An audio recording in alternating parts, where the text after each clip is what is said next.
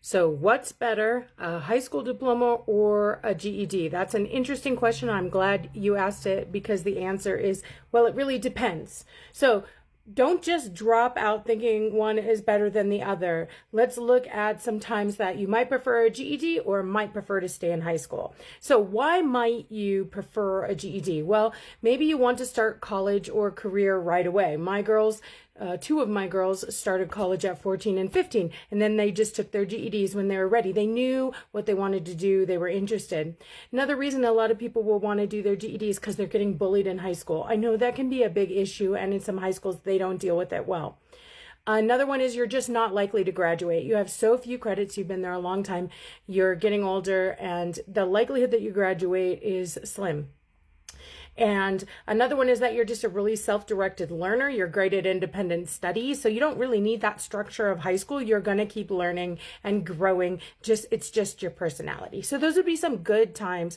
Sometimes where I might say, yeah, a GED makes sense. Dropping out makes sense. Now, on the other hand, though, high school, staying in high school, guys, I do recommend it for most people. And here's why. Now, some of you guys, I know you already dropped out, and that's fine. I'm going to help you get your GED, okay? But we're talking to those who haven't dropped out yet. So stay in high school if, A, you're learning well. The point of high school is not graduation and that piece of paper. I know it feels like it, but the point of high school is really to learn these skills that you need in order to do whatever you want in college or career or any of that. And so if you're learning well, if you're doing good, I would just stay in high school because it's just a more comprehensive education than what you get from the GED. If you are preparing for college, same thing. So I would stay in high school if you're doing well at it.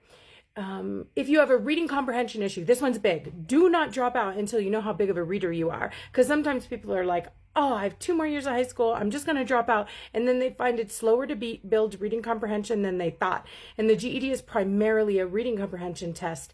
So it might take you even longer to get your GED if you struggle with reading comprehension. And by the way, if you want to know, go to GED.com, make an account. You don't have to drop out to make an account, and take an official GED ready practice test in science, social studies, or language arts to find out how well you'll do on a reading comprehension test.